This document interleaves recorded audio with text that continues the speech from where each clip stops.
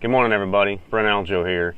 I just got my new Ranger all rigged up with my Humminbird Helix. I've got two 12s on the dash right here, and I've got two 10s up front. But the first thing I want to show you is how I get the screen resolution on my side imaging and down imaging that you guys see on the internet whenever I post pictures. I have a lot of questions of guys asking me how I get those settings and how I get those pictures. Well, there's nothing fancy to it, so I'm going to walk you guys through it step by step from square one. So the first thing I want to do is I'm going to go into my menu. I'm going to hit the menu button twice. I'm going to go into setup, scroll down here to where it says restore defaults. When I restore defaults, it takes everything back to factory settings. So even though I had these units perfectly tuned in just a few minutes ago, it's all back to factory setting, just like I took it out of the box. So now I've got let's find a side imaging screen. We got to scroll through all of our views now because everything's changed. Okay, so now we've got a side imaging screen. We're going to start moving forward because we have to be moving forward to get any type of side imaging picture at all. So until we get moving 1 or 2 miles an hour, we won't get any kind of a screen. It'll be distorted, as you can see down here. Okay, now we're getting a pretty decent picture. I mean, right there I can see a tire sitting on the bottom. I see a log sitting right there, but it's not super clear. Okay, so guys, all we got to do, hit the menu button. Let's go to SI Enhance.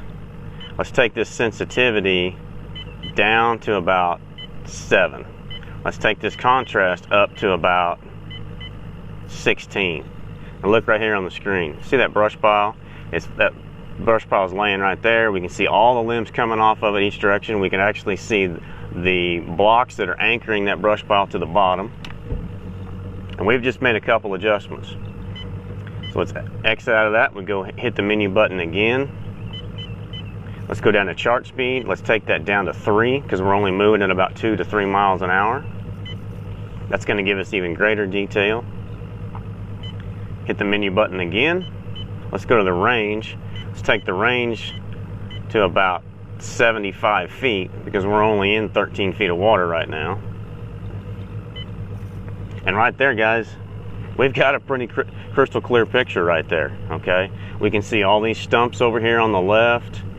All those are stumps. You see the shadows coming off that stump. That tells you how tall that stump is. That one there is fairly tall. It's got that long shadow coming off of it. We can see some rock changes right here. We've got a pretty good start right there, guys. So really it's as simple as that. You can see the transducer frequency I'm setting on right there. That was just straight out of the box factory. I didn't touch anything else. I mean, super user friendly to get to that. Now, as we change depths and bottom content, we can always change up and down on contrast and sensitivity. And what I like to do when I'm idling around is I like to leave that SI Enhance screen right down here on the bottom where I can always get to it without going through any other steps. Okay. Some of you guys like the sharpness on. Some that makes you see it a little better. We can adjust that up and down. That's the sharpness turned way up.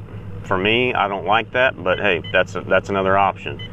We can also take the contour mode off, which takes the water column out and gives us full screen right there. And sometimes that's useful for getting a better idea of how a creek would run through or something like that.